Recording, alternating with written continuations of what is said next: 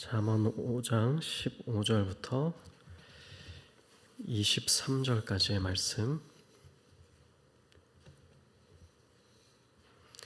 다 찾으셨으면 한 절씩 교독하도록 하겠습니다. 너는 내 우물에서 물을 마시며 내 샘에서 흐르는 물을 마시라.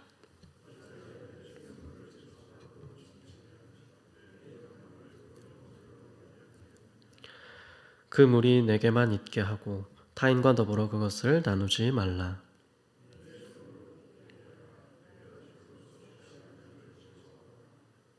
그는 사랑스러운 암사슴 같고 아름다운 암노루 같으니 너는 그의 품을 항상 족하게 여기며 그의 사랑을 항상 연모하라.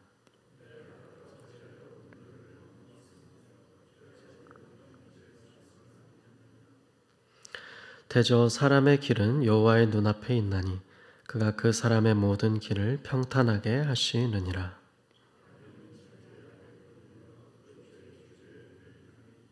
함께 읽습니다. 그는 훈계를 받지 아니함으로 말미암아 죽겠고 심히 미련함으로 말미암아 혼미하게 되느니라. 아멘. 네, 오늘 잠언 5장의 마지막 단락의 말씀을 함께 이 새벽에 나누면서 함께 하나님께서 주시는 교훈을 찾아보기 원합니다. 오늘 말씀도 어제 5장에 나오는 말씀의 연장선상에서 역시나 이 어떤 우리들의 건강한 또 성경이 말하는 바람직한 이런 성적인 교훈을 우리에게 알려주고 있는 것을 알 수가 있는데요. 먼저 음녀에 대한 그 교훈, 그것을 경계하고 따라서는 안 된다고 이제 계속해서 앞부분에서도 어제 말씀에서도 나왔던 것을 알 수 있듯이 오늘은 그것을 경계하고 그곳으로 발걸음하지 말고 그 길을 가서는 안 된다를 넘어서서 이제 또 동일한 교훈이라고 할 수 있을 텐데 약간은 다른 방식으로 동일한 교훈을 전달하고 있는 것으로 보여집니다. 15절의 말씀부터 약간 분위기가 달라지는 것이죠. 너는 내 우물에서 물을 마시며 내 샘에서 흐르는 물을 마시라 라고 합니다. 1년에 이 말씀을 시작으로 교훈하고 있는 오늘의 말씀은 하나님께서 허락하신 내 물에서, 내 샘에서, 내 샘물에서, 내 도랑물에서, 내 물에서만 마시라. 하나님께서 내게 주신 내가 얻은 그 결혼을 통해서 얻게 된 아내하고만 그 결혼 관계 안에서만 성적인 관계가 허락됨을 명시하고 있는 것이죠. 비록 비유로 표현됐지만 아마 누구라도 이 비유가 무엇을 가리키는지 알기 어렵지 않도록 상징하는 바를 잘 깨달을 수 있도록 이렇게 표현된 것을 우리가 느껴볼 수 있을 것입니다. 16절 말씀, 아마도 이 말씀은 시와 같이 제시되기 때문에 몇 가지 약간 해석이 있을 수 있습니다만 아마도 어찌하여 내 샘물을 집 밖으로 넘치게 하며 내 도랑물을 거리로 흘러가게 하겠느냐. 약간 입장을 바꾸어서 내 샘물, 내 우물, 그것이 아내가 흘러가서 그 아내가 만약에 간음을 하게 된다면 내가 어떻게 했느냐 한번 상상해 보라. 이렇게 교훈을 주고자 하는 것으로 보입니다. 그것이 바람직하지 않고 너가 원치도 않고 그러하듯이 바로 너도 내 우물, 내 샘, 물 안에서만 그 관계를 충실히 다하라 라고 이야기하고 있습니다. 그 물이 내게만 있게 하고 타인과 더불어 나누지 말라 라고 명백하게 17절에서도 교훈이 이어지고 있습니다. 그러면서 18절에 보시게 되면 이제 그 우물과 샘물과 가리키는 바가 무엇인지 이제 18절에 나오고 있는 것이죠. 내가 젊어서 취한 아내를 즐거워하라. 앞에서는 모두 다 이것을 받고 있는 어떤 시적인 상징이었음을 우리가 알 수 있게 되는 것이죠. 내 셈으로 복되게 하라. 그것이 하나님의 언약 백성으로서 우리가 가져야 할 명확한 건강한 하나님께서 보여주시는 바운더리임을 명시하고 있습니다. 19절 그는 사랑스러운 암사슴 같고 아름다운 암노루 같다 라고 표현합니다. 마치 아가서에서 볼 법한 비유, 상징, 은유가 여기서도 나오고 있죠. 바로 그 아내를 즐거워하라. 그 품을 족하게 여기라. 그의 사랑을 항상 연모하라 라고 말하고 있습니다. 특별히 눈여겨볼 것은 여기서 말하고 있는 사랑스러운 암사슴, 아름다운 암노루라고 표현되는 바로 아내를 이제 그의 품을 항상 족하게 여기라 라고 한 다음에 마지막에 나오는 표현인 그의 사랑을 항상 연모하라 할 때의 연모라는 표현입니다. 연모하라. 여기서 이제 긍정적으로 쓰였을 때 연모인데 이것을 이제 직역을 하자면 뭔가 술 취한 상태로 이해하시면 좋겠습니다. 비틀거리고 뭔가 흔들거리고 무언가에 취해 있는 상태를 의미하는 것입니다. 그것을 긍정적인 단어, 표현으로 쓴 것이죠. 내 아내한테 그렇게 취해 있으라 라고 이야기하는 표현이 인상적인 부분입니다. 동일한 표현이 이후에도 나오는데 계속해서 말씀을 보시면 알 수가 있습니다. 우선은 20절에 이어지는 말씀을 보게 되면 다시 한번 잠언이 취하고 있는 표현인 아버지가 아들에게 제시하는 그 교훈의 표현 다시 한번 나오고 있죠. 내 아들아 라고 부릅니다. 그러면서 여기에서 말하기를 어찌하여서 아내가 아닌 음녀를 연모하겠으며 어찌하여서 이방 계집의 가슴을 안겠느냐. 마치 앞과는 대조되는 것이죠. 앞에서는 아내의 사랑스러운 모습을 말하면서 그의 품을 이야기했었고 그를 연모하라 라고 이야기했었는데 여기서는 그 반대로 이제 이야기하는 것이 어째서 네가 그 반대로 음녀를 연모하겠냐. 음녀에게 취해 있겠냐. 음녀로 인하여 내가 비틀거리고 흔들거리고 술 취한 것처럼 그렇게 취해 있겠느냐. 네가 그래서는 안 된다 아들아 라고 이야기하는 것이죠.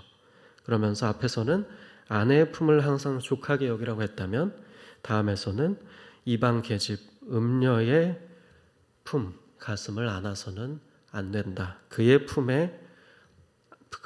안에서 만족을 얻어서는 안 됨을 명확하게 교훈하고 있습니다. 앞에 19절에서의 연모, 이제 20절에서의 연모까지 반복되는 단어, 동일한 단어를 살펴보았습니다. 동일한 이 취하다라고 번역할 수 있는 단어를 이렇게 썼던 모습을 볼 수가 있습니다. 이후에 한 번 더 언급되고 있는데 계속 한번 살펴보면서 보도록 하겠습니다. 21절입니다. 21절은 많이 또 들어봄직한 또 이렇게 연말연시에 송구영신 때 이렇게 뽑히는 말씀 카드에도 많이 들어있는 걸로 알고 있고 많이 암송되는 또 유명한 성구이기도 한데 바로 이곳에 등장하는 맥락입니다. 보시면 이 교훈하는 아버지가 아들에게 알려주고자 하는 어떤 신학적인 교훈이 명시되고 있는 것을 볼 수가 있는데요. 대저 사람의 길은 여호와의 눈 앞에 있다. 이 모든 교훈을 이 모든 교훈을 지켜야 할 하나님의 백성으로서의 당위성, 신학적인 명분, 교훈이 바로 21절에 나와 있다라고 해도 과언이 아닐 것입니다. 5장 전체적으로 보아서 말이죠. 사람의 모든 길은 여호와 하나님, 우리 주 여호와 하나님의 눈 앞에 있다. 그 여호와 하나님께서 그 사람들의 모든 길을 평탄하게 하시느니라. 이것도 여기서는 이렇게 번역했지만 더 정확하고 적확하게 번역한다면 각주에 달려있다시피 우리 성경에 많이 바로 그 하나님께서 모든 우리의 길, 행동, 마음, 중심 모든 것을 헤아리시느니라, 관찰하시느니라, 다 지켜보고 계신다라는 사실을 아들에게 알려주고자 했던 것이죠. 우리가 살아갈 때에 늘 이 사실을 얼마나 자주 잊어버리는지 모릅니다. 이곳에서 기도하고 교회 밖을 나가고 세상 속에서 살아가면 하나님께서 마치 눈앞에 보이지 않는 듯 살아가곤 하는데, 우리가 오늘 이 잠언의 교훈을 다시 한번 가슴에 새기면서 나아갈 필요가 있겠습니다. 사람의 길이 늘 여호와 하나님의 눈앞에 있다. 그래서 그 모든 길을 여호와 하나님께서 관찰하시고 헤아리시고 다 지켜보고 계신다는 것을 네가 명확하게 인지하고 하나님께서 말씀하신 건강한 바운더리 안에서 내 아내를 즐거워하고 그 품 안에서 만족을 누리며 살아가라 라는 이 교훈 앞에 우리가 받아야 할 또 메시지가 분명히 있는 줄로 믿습니다. 그 이후에 반복되는 연모라는 표현이 바로 이제 마지막 22절 이후에 23절에 나오는 것을 볼 수가 있습니다. 비록 부정적인 단어로 번역됐기 때문에 원어를 들여다보지 않는다면 알기 어려운 부분이기는 합니다. 우선 22절입니다. 악인은 자기의 악에 걸리며 그 죄의 줄에 매인다. 그는 훈계를 받지 아니함으로 말미암아 죽겠고 심히 미련함으로 말미암아 혼미하게 되느니라. 악인이 자기의 악에 걸린다. 죄의 줄에 매이게 된다. 그래서 멸망의 길을 걷게 된다는 것이죠. 바로 그가 심히 미련함으로 말미암아 그렇게 된다는 것인데, 마지막 표현을 보시면 여기서 이 혼미하게 된다. 바로 이것이 앞에서 살펴보았던 연모하다와 동일한 히브리어의 원어가 사용되었음을 알 수가 있습니다. 여기서는 이제 혼미하게 되었다. 마치 비슷한 그래도 표현이라는 것이 느껴지실 것 같습니다. 우리가 이렇게 인지하고 보았을 때 무언가에 취해서 비틀거리고 이렇게 혼미케 되고 흔들거리게 되고 그렇게 그런 상태를 반영하는 단어인 것이죠.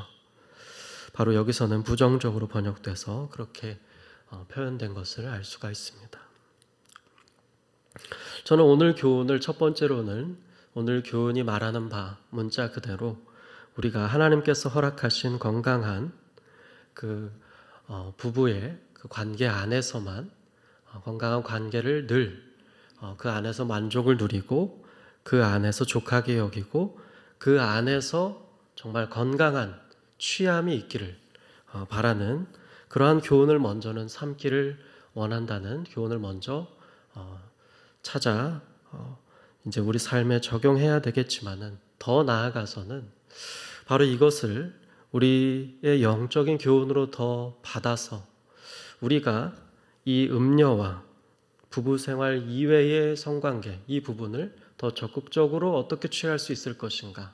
어제 말씀에서도 우리가 받았듯이 바로 하나님께서 주시는 그 은혜, 하나님께서 허락하신 그 말씀의 바운더리, 그 바깥에서 그 세상이 주는 것에서 취해 있어서는 안 된다라는 교훈으로도 얼마든지 또 적극적으로 교훈을 얻을 수가 있다는 말씀을 드리고 싶습니다.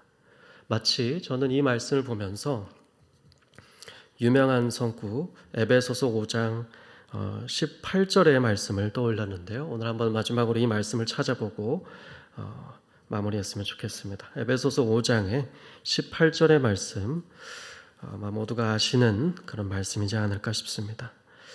에베소서 5장 18절의 말씀 성경 가지고 계신 분을 찾으셔서 같이 함께 합독을 해보도록 하겠습니다. 함께 읽겠습니다. 술 취하지 말라. 이는 방탕한 것이니 오직 성령으로 충만함을 받으라. 여기에서 술 또한 술만을 사실 의미하는 것이 아니죠. 익히 우리가 들었을 수 있는데 여기서는 비록 술로 표현됐지만 저는 맥락과 또 여기서도 더 나아가서 상징하는 바 그 의미를 묵상코자 할 때 바로 술 그리고 나아가서는 세상 그 어둠이 주는 그 세상에 취해 있지 말라라고 이야기하는 것입니다. 술에 취해 있지 말라. 술에 취하지 말라. 세상에 취하지 말라. 그것은 빛의 자녀가 행해야 할 모습이 아니라 방탕한 어둠의 그런 이전에 우리가 속해 있던 사람으로서의 그 면모를 버리고 너희는 오직 성령으로 이제는 충만함을 받고 성령의 충만한 생활을 하라는 에베소서의 말씀입니다. 바로 오늘 본문의 취하다라는 부분과 관계해서 바로 이 에베소서 사도 바울의 교훈도 우리가 연계한 교훈으로 받을 수 있지 않을까 싶습니다. 우리가 오늘 하루 살아가면서 어떻게 살아가야 하는가, 또 어떻게 기도해야 하는가, 오늘 말씀에서 교훈을 받기를 원합니다. 우리가 간절히 오늘 말씀을 통해서 기도하기 원하는 것은 하나님, 오늘 내가 살아갈 때에 세상에, 음녀에, 하나님 밖의 것에 취해 있지 말게 해주십시오. 우리가 그것으로 인하여 혼미케 되고 멸망의 길을 걷는 어리석음을 반복하지 않게 해주십시오. 그것으로 인해서 매이게 되고 걸리지 않게 해주십시오. 오직 성령에 취해 있게 해주십시오. 오직 하나님께서 허락하신 말씀이라는 바운더리 안에 머물면서 그것이 주는 만족과 그 품이 주는 은혜 안에 머물므로써 하나님께서 기뻐하시는 빛의 자녀로서 성령에 취해 있는 성령 충만한 삶을 살게 해 주시옵소서라고 우리가 기도하면서 나아갔으면 좋겠습니다. 그렇게 나아가는 것이 바로 오늘 본문이 우리에게 주고 있는 교훈이 아닌가 싶습니다. 함께 그렇게 기도하며 하나님께서 주신 은혜 가운데 오늘도 우리가 세상 가운데 취해 있는 모든 모습들을 내려놓고 회개하고 버리고 돌이키고 성령으로 하나님만으로 우리가 충만케 되고 취해 있고 하나님만 바라보면서 오늘도 정진하면서 나아갈 수 있는 복 있는 저 여러분 되기를 주님의 이름으로 축복합니다. 기도하겠습니다. 좋으신 하나님 감사합니다. 오늘 우리가 잠언의 말씀을 통해 교훈을 얻기를 원합니다. 우리가 오늘도 살아감에 있어서 눈에 보이지 않는다고 하나님께서 계시지 않는 양 하나님 말씀 밖을 벗어나 세상에 취해 있는 어리석은 행동을 반복하지 않도록 하나님께서 늘 우리를 교훈하여 주시고 우리와 동행하여 주시고 우리에게 은혜를 베풀어 주시옵소서. 그리하여서 온전히 오늘도 우리가 갈 바를 명확히 하고 주님의 말씀과 주님의 뜻을 물으며 오직 하나님만 바라보며 성령에 충만하게 취해 있게 되는 그렇게 은혜 가운데 살아가게 되는 우리의 삶이 될 수 있도록 축복하여 주옵소서. 감사하며 살아계신 예수님의 이름으로 기도하였습니다.